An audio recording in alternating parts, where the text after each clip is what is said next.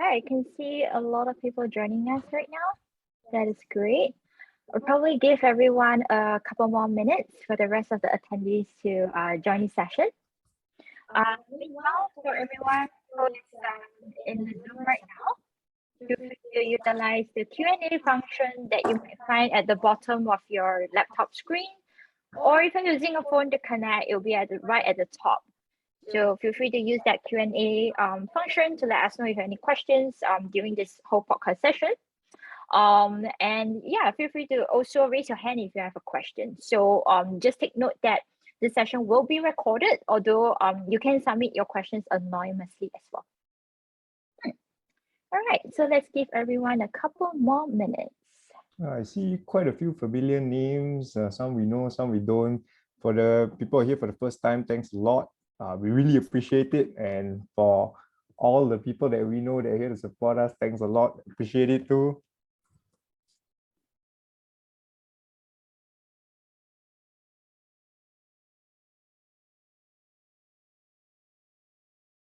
How's everyone doing, man? Is everyone, do you guys take time off work to attend this session, or you guys are attending this during work?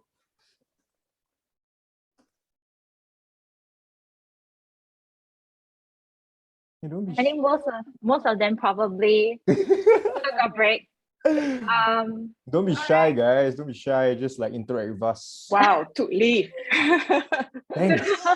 Wow, we really appreciate it. Oh. But thank you, Jeremy, for attending anyways. Yeah, thanks for being here, Jeremy.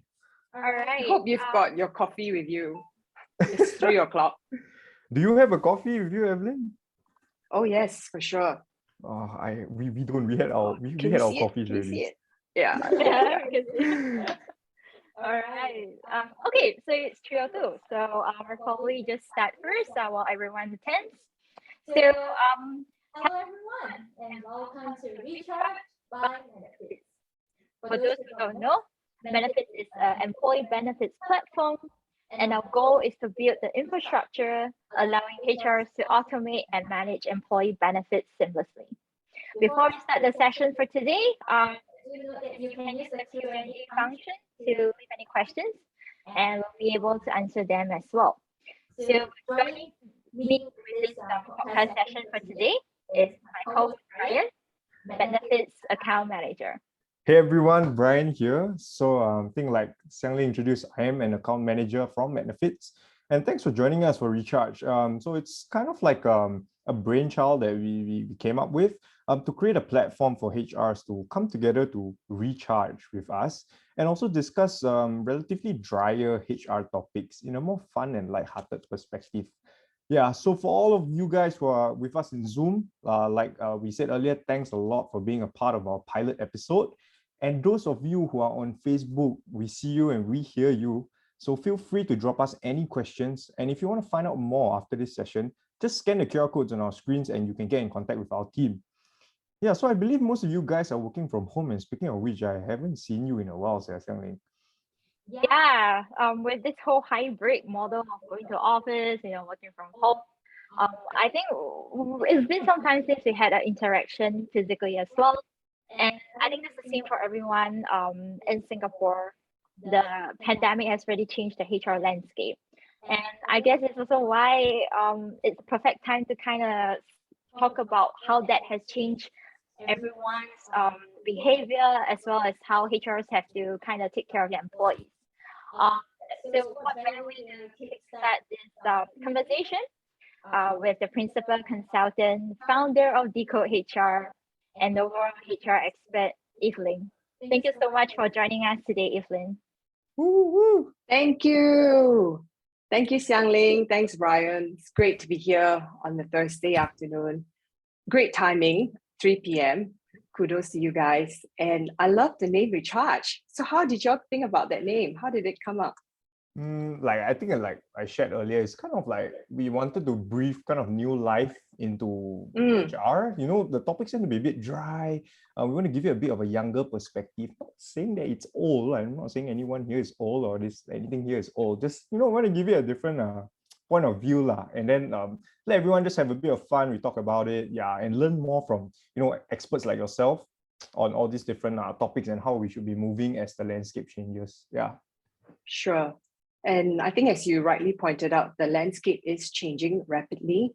And I think we do all need, that reinvigoration now and then. So this is fantastic.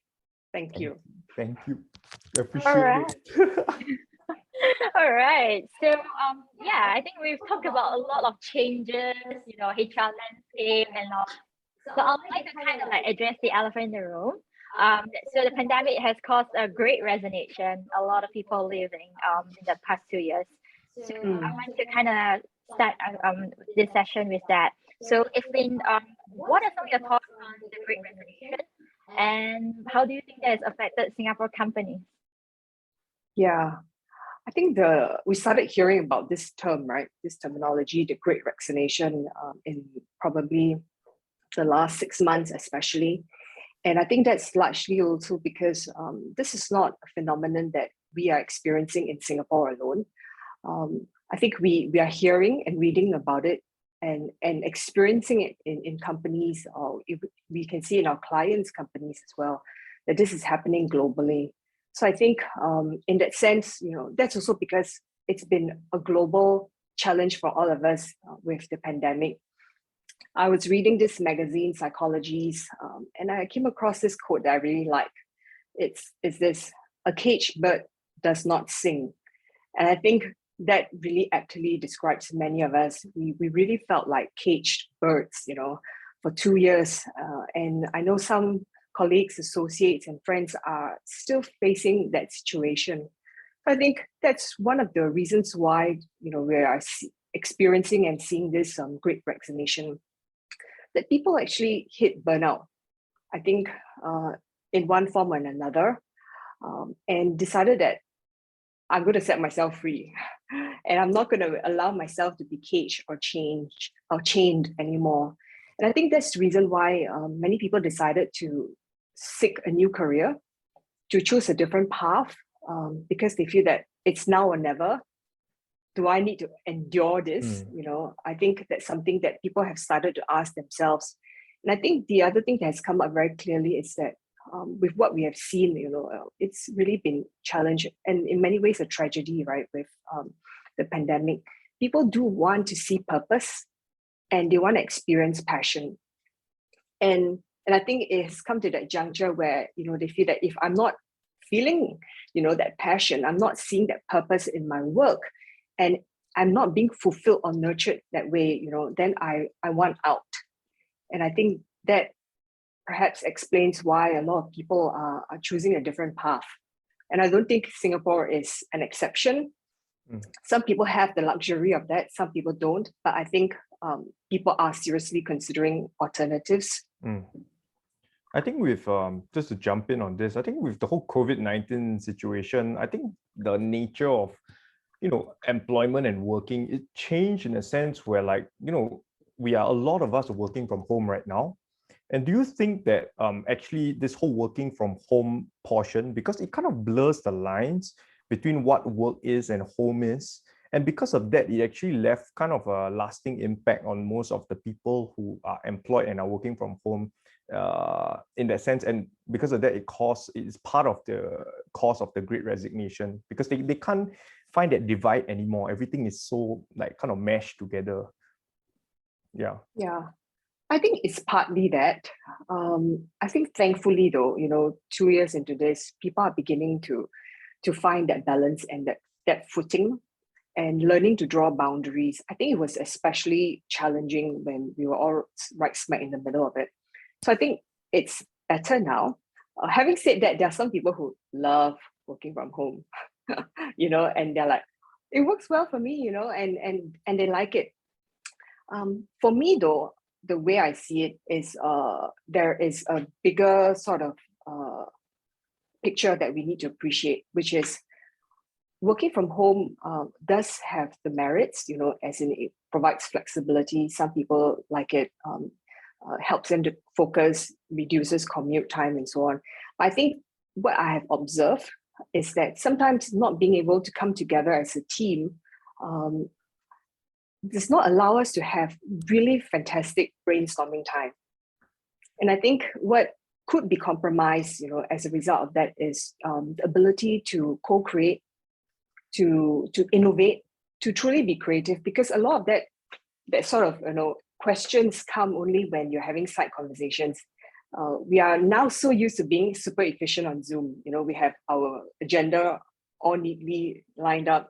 We go through, item by item, and then when we're done, we're like, okay, we've done it. We did a good job. That was fruitful, And then you move on to your next Zoom meeting. I think what's been really missing from some of these Zoom conversations is the other questions where you think about, how about this? Maybe we should be doing that. And it's hard to do that over Zoom because you don't seem very efficient.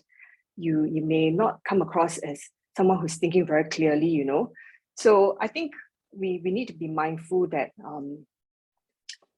if we need to continue in a hybrid mode, which many companies are doing, then we need to be very thoughtful about how we can continue to get people to contribute, and be comfortable having those conversations where you may not have very clear outcomes. Just my 2 cents worth. I think, yeah, sorry. I think after all, with every relationship, I think the human touch is very, very important. I still remember a time when Xiangling and I, when we first joined Mednefits, and then we were immediately thrown into the whole COVID situation where we didn't see most of our teammates for a really long period of time. Yes. Yeah. And then eventually when things got better, we started to hang out more. And then, I think that's how people kind of build relationships better as well. Yeah. Yeah, for sure. And I saw Mandy's point in the chat. Absolutely, for building relationships, like what you alluded to, that trust, that is so critical, that trust element. For sure. I also remember a time where collaborating with people and meeting your teammates, kind of creating ideas. It helps to kind of motivate, me personally, in terms of running all these ideas and having creative solutions. That human connection kind of helped that, and I think that's what we're kind of missing right now. At least we're able to return back, but there is missing that motivation for us to keep going, even if there isn't much, it's just a one simple task. The motivation is there. How do you think employers are able to motivate their employees? Is this kind of hybrid mode as well? I think, Brian, feel free to jump in. I think there is nothing, that can replace actually the one-on-one time that your team will need with you. As much as they need time, as a team, leaders, need to make time for their people. I think the one-on-one conversations can be extremely crucial, as to how they engage, as to how they are motivated, because you are recognizing that that person who is seated in front of you, whether it's Zoom or in person, is more than just an employee. It's a person with aspirations, interests,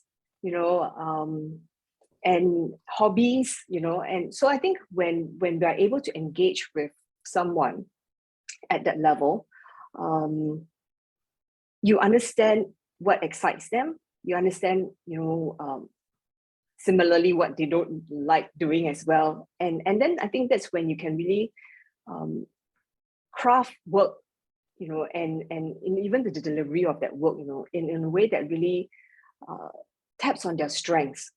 I really believe in that, and the only way to know your team members' strengths, or your employees' strengths, is to get to know them. There is actually no shortcut for that. Well, that's a very good answer, actually. So I think we're talking about motivation and everything, right? How do you yourself as an employer, motivate your employees? Because I think we've done a bit of research on you. We've seen some interviews that you've done, and there was some mention of, you like to do care packages and things like that. So maybe you could share a bit more with everyone, how you actually motivate your own employees. I think it's a combination. So you have to ask my team whether they feel that they are, satisfactorily motivated, if there's such a word. But I I remember when we had our Christmas party, we really enjoyed that.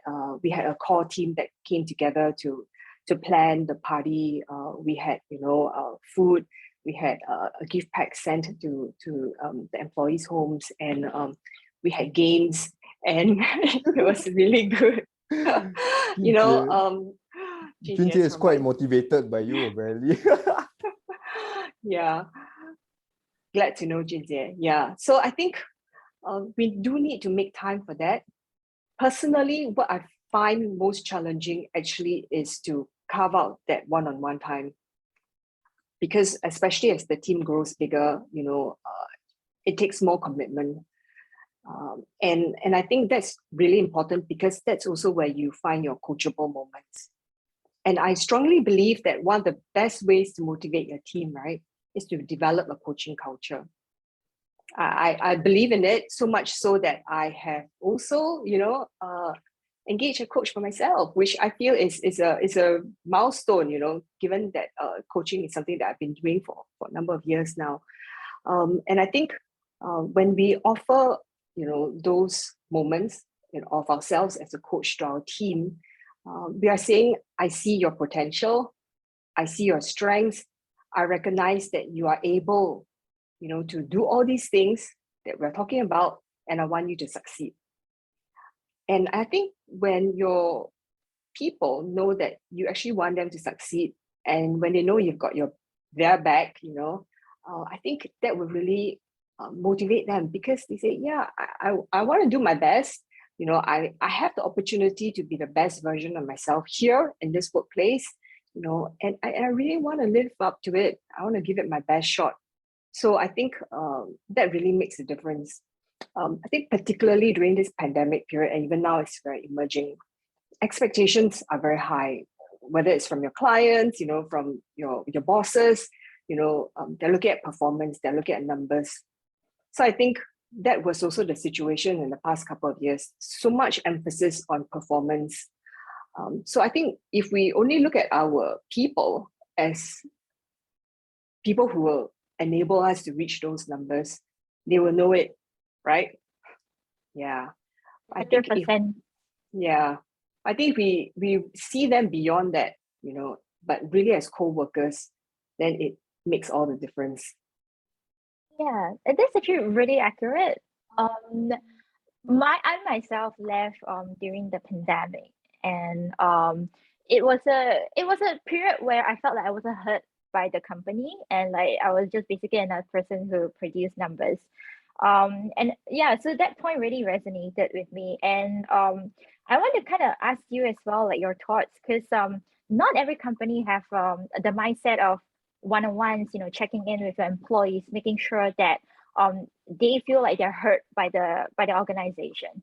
What are your thoughts about how leaders can actually evolve themselves and either use technology or like different apps or different engagement techniques such as sending care packs?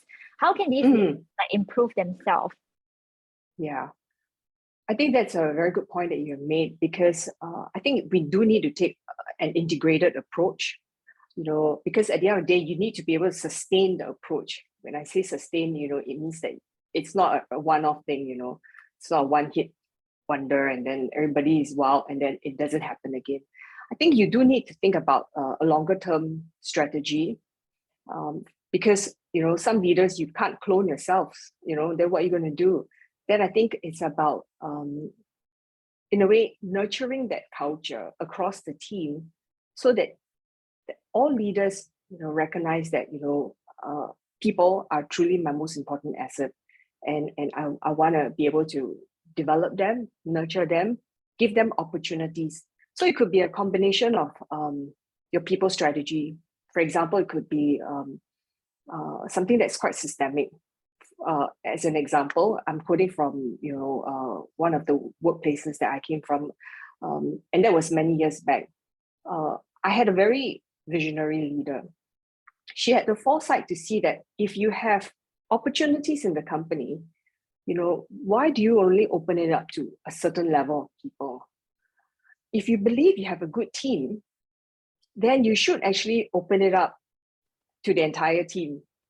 let people, raise their hand and say, this is a project that I feel I can contribute to. Let them make the case for themselves. Why? And hear them.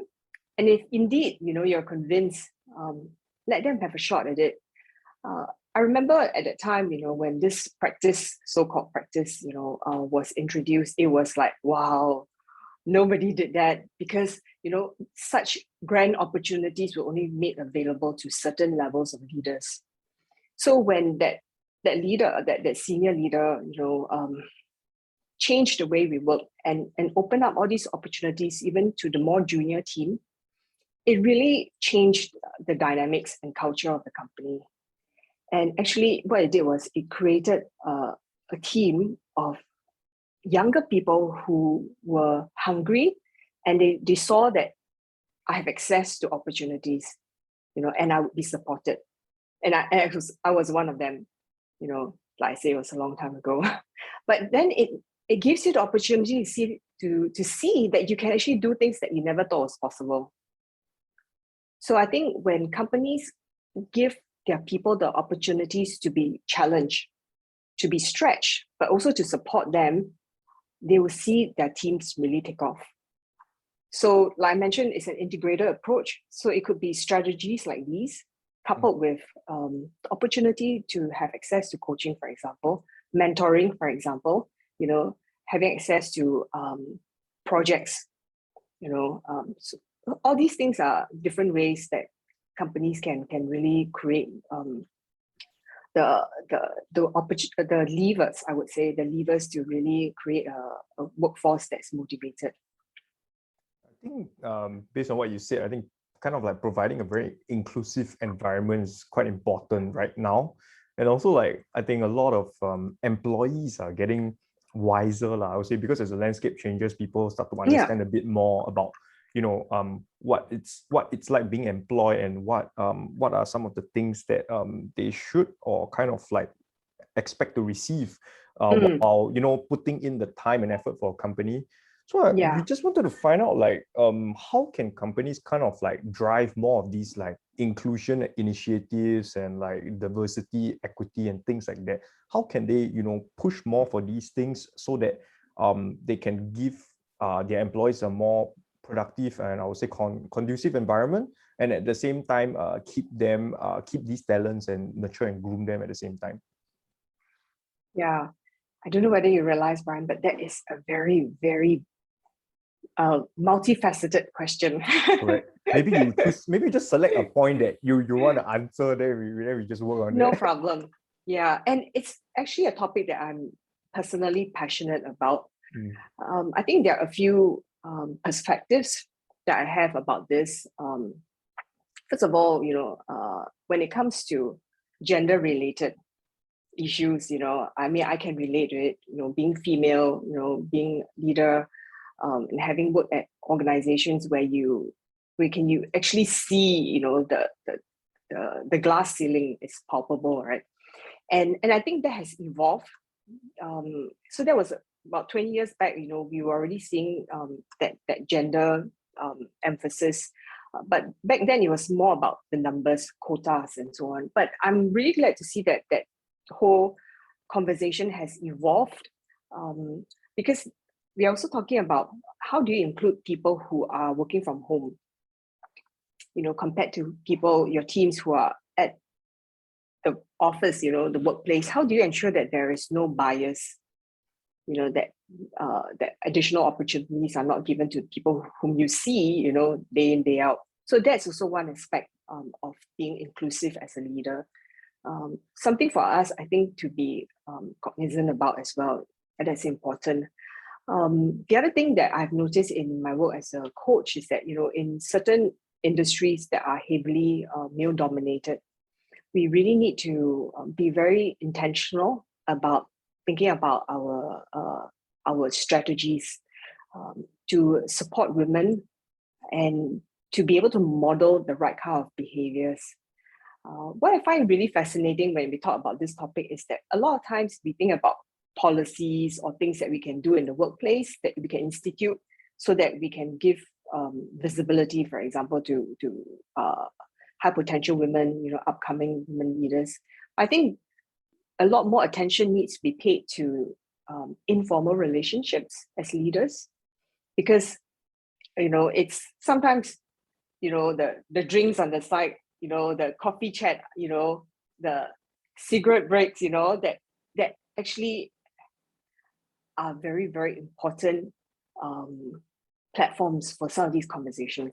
So I think recognizing some of these for a start is important, because then we can be more intentional about thinking how we can cultivate the right environment and champion, the right causes or issues.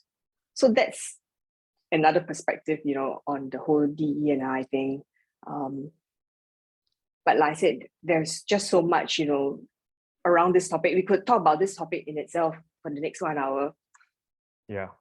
But we don't have an hour. We have like maybe 20 minutes left. So let's kind of like make the best out of it. But anyway, I think there's a disclaimer. We're not encouraging smoking or drinking. But you know what? I think what Evelyn's trying to say is like, we should have these little, get-togethers once in a while to get to know each other better and things. I completely agree.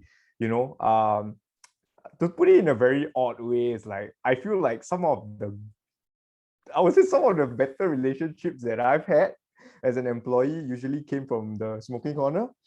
So not implying anything, but sometimes it just happens and things like that actually. Yeah, it's very natural. It's like how we are right here hanging out, having a conversation about these things. So I think maybe another thing, maybe you could like give some of the younger generation who is starting to step up right now, and they'll be moving into positions of leadership. What is some advice you might want to give them as they start on this whole journey of mentoring and coaching as a leader and taking care of the team and stuff like that? Okay, sure. I'll get onto that question, but I realized there was something that I wanted to share, when you asked earlier about the integrated strategy, right? Yeah. In terms of motivating employees. Something that we have just tried, and we're still at the experimenting phase, is that we have actually automated, our weekly updates. As a team. And some of my team members here would attest, we are trying out, it's an automated reminder that we'll get every Monday, in terms of their plans for the week, so it's objectives, then accomplishments, concerns, and plan for next week. So we have started automating that so that we can have a very seamless update across the entire team. So we're trying that out. Let's see how that goes. Yeah. So now back to your question, Sir Brian. You're asking about what sort of tips I would have for up and coming leaders. Asking for a friend lah. Asking for a friend. Yeah. Asking for a friend. What can your friend do in order to, as an up and coming leader, to be more successful at the workplace? I think maybe successful at the workplace, and at the same time how to be an effective mentor and a coach at the same time. Yeah. Effective mentor and a coach. Okay. First of all, is your friend currently being coached? Not necessarily. Yeah. Okay. So I think that is a good first step, whether it's mentoring or coaching, because it's good for your friend to experience that. I will also encourage greater level of self-awareness. I believe hugely, in actively seeking out ways to understand and to build our own self-awareness. In my experience, I've noticed that highly self-aware employees, whether they are individual contributors or leaders, when they're highly self-aware and they're prepared to adapt their behaviors, adjust their behaviors to be even more effective, they are that much more high performing in the work that they do. So I then would encourage all of us, to your friend included, to adopt a very actually humble attitude because unless we can be humble, and be prepared to embrace humility, it's hard to truly be self-aware and to recognize that we all have blind spots. That's a start. All right. I'm also taking notes for myself in this instance. But loving your answers, and it sounds like, not just leaderships, but like HRs in general, like, the face of human resource. They need to also engage with the employees and provide more flexibility for the employees themselves to kind of decide, various stuff, like what kind of working culture they prefer, what kind of team, collaboration, what kind of benefits they want. This also comes from one of our questions. I wanted to share it later, but it kind of is the same question that I want to also ask you. What are some of your advice on how can employees voice their preference for a hybrid remote working environment to a management that kind of wants their staff back in office full time? It's a good question. I think many companies are grappling with it. I think it's fair. It's a fair question. First of all, though, I would suggest that the management thinks about exactly why they want them back in the office full time.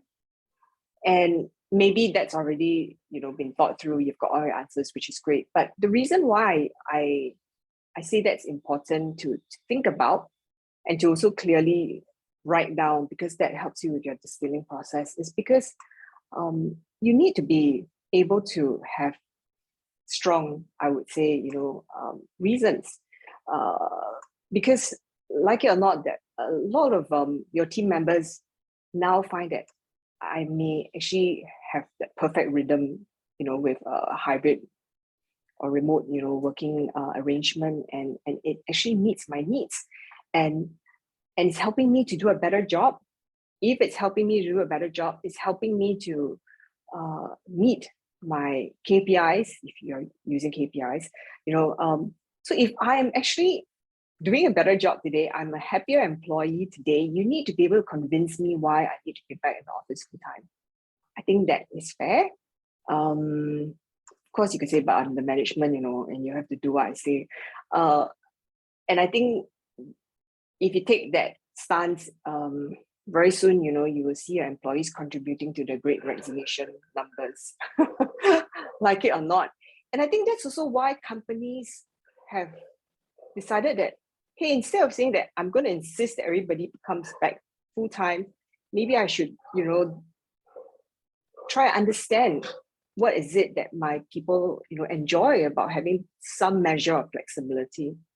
So I think that's important, having that conversation. I believe you can find a win-win situation. So I think we're approaching the end of it. So probably one last question from us. I think it's with regards to what you shared about all these different techniques and for retention and motivating your employees and things like that. I think for yourself at Decode, you guys actually are a HR tech company. So we just wanted to find out from your perspective, like how do you think the HR tech can actually help companies improve the way they retain employees and things like that, and also maybe reduce the Great Resignation numbers. Not that it can be reduced anyway; they've already left. But yeah, not contribute. Yeah. Okay. All right. I realized I didn't introduce Decode HR, so we are rewinding back. A consulting firm, HR consulting firm. We are also a recruiting company, and we do actually advocate technology huge way. If you go to our website, you see brands we love. Those are some of the HR tech companies that we partner with. We are not just a partner of Mednefits, we are also a user, so we are a client too. Yay. Okay, so clearly because of that, we do advocate using technology, simply because it makes your life so much easier. And of course, everybody knows that, with automation, it's so much easier to track, usage. It's easier for your employees, self-service. There's transparency upfront. there's also accountability at the same time, to the system. And I think the beauty of it is also, I believe in this genuinely, that data does give us insights. And you can get data, if you are using a good system. And I would qualify good system because not all technology gives you the kind of insights that you want. So again, right technology is important. Streamlines the processes, takes the manual work out of it, and gives you beautiful insights, which we as a consultant value, because that's how you also share utilization. For example, when it comes to benefits, are you optimizing your dollars, your investment? If you're not, then is it because you need to have other conversations with your employees? What do they want? So I think technology enables us to have better quality conversations internally, as management, and also with your people. So I think that's just for a start, the beauty of tech. So much, Evelyn, and I think that last question really kind of wraps up this whole session nicely, from how to adapt, how to retain, and at the last, full transparency, right? So let's open the floor to our attendees. Any questions you might have, please feel free to leave it in the Q&A function over here. It will be at the top if you're connecting via phone, and it'll be at the bottom of your screen if you're connecting via your laptop. To kickstart everything, I personally have questions. So you mentioned earlier about benefits usage and allowing employees to kind of decide and having like transparency. I just wanted to preface by saying we did not tell Evelyn to say that. That's purely from her own accord. Not a sponsored post, not a sponsored comment. No, yes, I confirm that. Not a sponsor. But yeah, I was kind of wondering, like, what are some of the, I guess, what are some of the benefits you're starting to see, like, rise from like the current, the last few years? Because personally, we have a few customers coming to us and say, hey, we provided medical coverage, but we kind of want to relook into everything. So what are some of the benefits that you personally have seen, either like peers from your industry, or perhaps your team, that have voiced out? Yeah, so I think again, it's so broad, right? If you look across the entire what we call employee life cycle, from the time that you reach potential employees, to the time that you bring them on board, development, performance management, learning and development, leadership development, competency framework. Sorry, I don't want to use too much of the HR lingo here, but there's so much going on. And then you have analytics, and I'm beginning actually also to develop a much deeper appreciation for analytics, because you get so much out of it. Not sure where to start, but something that I'm personally, spending quite a bit of time studying is organizational network analytics as well. The networks, because networks tell a story, but you can't get that kind of story unless you have good data. So that's something that I'm, very interested in as well, because it gives you many data points, and it helps to actually augment, the picture that you already have. So it could be reinforced by the data and what it's telling you. So I think that's important. I also feel that, in the area of recruitment, technology, has come a long way and will continue to play a huge role in helping us to accelerate that process of selection and recruitment. So I think there's a lot out there that we can leverage. Huge, even in compensation and benefits, which has always been.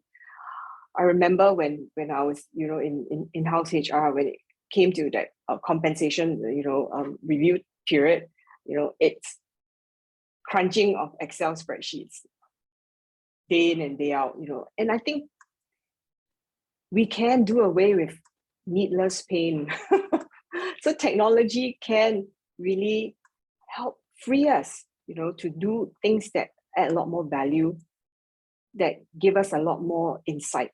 I think that's really important. I see a question here in the chat, in the Q&A here. You all see that? Yeah, there is a question on yeah. the floor. Yeah, so I think somebody's asking about how what kind of measures are put in place to ensure these. I think what you were sharing about all these different analytics are actually made good for fair evaluation. Yeah. Great question. Who's that? Anonymous attendee. Yeah. So I think that's a very good question. I think basically, if I understand it correctly, the question is about how do you validate the AI that goes into the tech, into that product. What is the validation process? Can you explain it? And I think the phrase is explainable AI, which I think is very important, because you're also talking about ethical use of technology, ethical use of AI. So what kind of measures? I think it's important to see, and this is something that I do, I'm not saying that everybody has to do it, understand the background of the founders, understand the background of the team, the development team, if there's R&D, what sort of principles, do they follow? What's the process that they go about in order to recommend certain approaches? I think it's worth doing that due diligence to actually ask them as well. Can they explain, the AI technology that goes into their product? And actually, it's a very straightforward question, right? But we have come across, companies that have struggled to explain how the AI works. So then I feel that that is a red flag, if the team, the representative are not able to explain, then I think you would want to spend more time, doing a bit more due diligence to understand how it works. And generally, if you ask for more literature from the company, they should be able to share with you, what goes into the research. We have one more question. I think we only have time for one more question, actually. So last one, I guess. In your view, what are the recommended approaches a company should consider to retain the 3 different generations, Gen X, Gen Y, and Gen Z? Maybe you guys should answer this question. Xiangling, what are you? I'm happy. Wait, Xiangling, are you a Gen Z or a millennial? I'm a millennial. Yeah, I think we're both millennials. What do you Yeah. think, man? I don't know. I think at least, okay, maybe I'll just start off with saying that I think the environment, what are the recommended approaches to company? I think they should really consider, like, I think for me, environment is very important. An environment to grow, an environment to have a sort of like a safe space where I don't have to in a sense what's the word? I can't think of the word. But basically a good environment to grow, somewhere that's conducive, and also which pays attention to more than just the numbers itself. But it goes beyond, because sometimes it just goes beyond that. Your own well-being is sometimes, it has to take precedence over numbers and things like that. So I think for me that's quite important for me. I don't know about Xiangling. So apart from as a millennial, apart from having the opportunity to grow, things like that, I'm a bit realistic. So I kind of, not because I'm in Mednefits, but I kind of look at employee benefits. When I worked in my previous company, it was a big corporate, and literally all we had was GP and health screening. That's about it. But going for that one health screening, I felt like royalty. I was like, this company appreciates me. Not to be biased, but personally, apart from having the areas to grow, to kind of learn more things beyond your role, the ability to work with different teams, to have a management that listens to me, kind of knowing you're being appreciated, I guess, in a more monetary or like more benefits type of thing. Okay. Yeah. So for someone who's direct like me, but yeah, that's just my feeling. Obviously, Xiangling and I are quite different in terms of our expectation of things. I'm a bit more simpler. I'm a bit more simple. I'm a simple guy. Yeah. But I think anyway, we are at the end of this session already. So really, thanks everyone for joining us. Sorry we can't take any more questions. We have very limited time left. Anything you want to close with, Evelyn, before we end this session? No, not really. I just want to say thank you for organizing this. I think this is a very useful platform for us to just come together. And it's not like there's one expert in the room, but I think it's also collective wisdom. So I think the questions that that we have that we couldn't respond to, it'd be great to just collate them and yeah, we can continue to see if we can have a conversation going. But like I said, it's really sharing of our experiences and tips, and maybe we can all do a better job together. Yeah, in this area. Thank you so much. You guys have done a great job of organizing and facilitating this. Much appreciated. Thanks for having me. Thank you so much, Evelyn. We are more than happy to have you. And if for some of you guys here who might find Evelyn a bit familiar, right? If you guys watch The Apprentice, the One Championship edition, you might have seen her there somewhere, one of the episodes. Just saying. Yeah, but anyway, yeah. Thanks again, everyone, for joining us. Thank you. Appreciate it. We'll see you again in the next episode.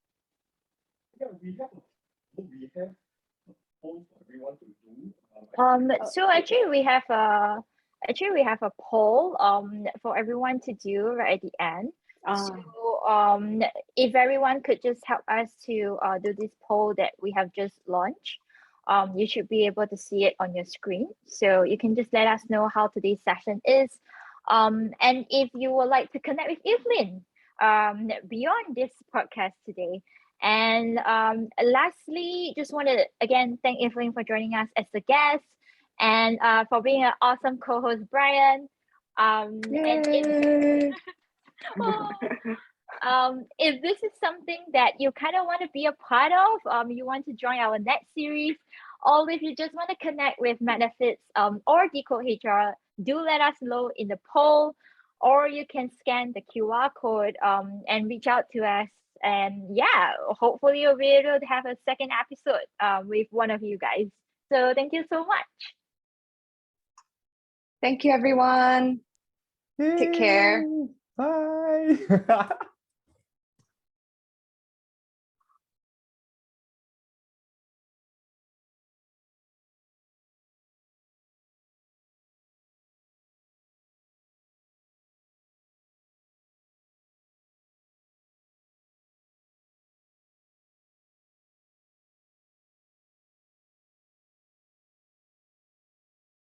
Thanks, Jeremy.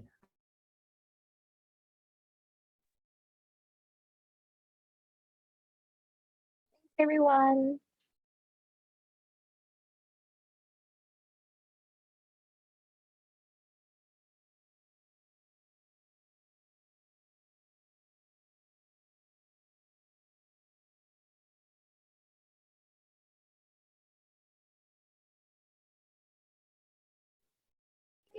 Thanks so much, Evelyn. We did it. Oh my God. We did it. That was okay, right? That was amazing. That was amazing, dude. How were there many questions, Sini? I think maybe I think unfortunately, because I think somehow the Facebook link didn't go up, so we actually really? had nobody on Facebook. Yeah. Because I know some people who tried to actually access the Facebook link, they couldn't go through. Yeah. Oh, whoops.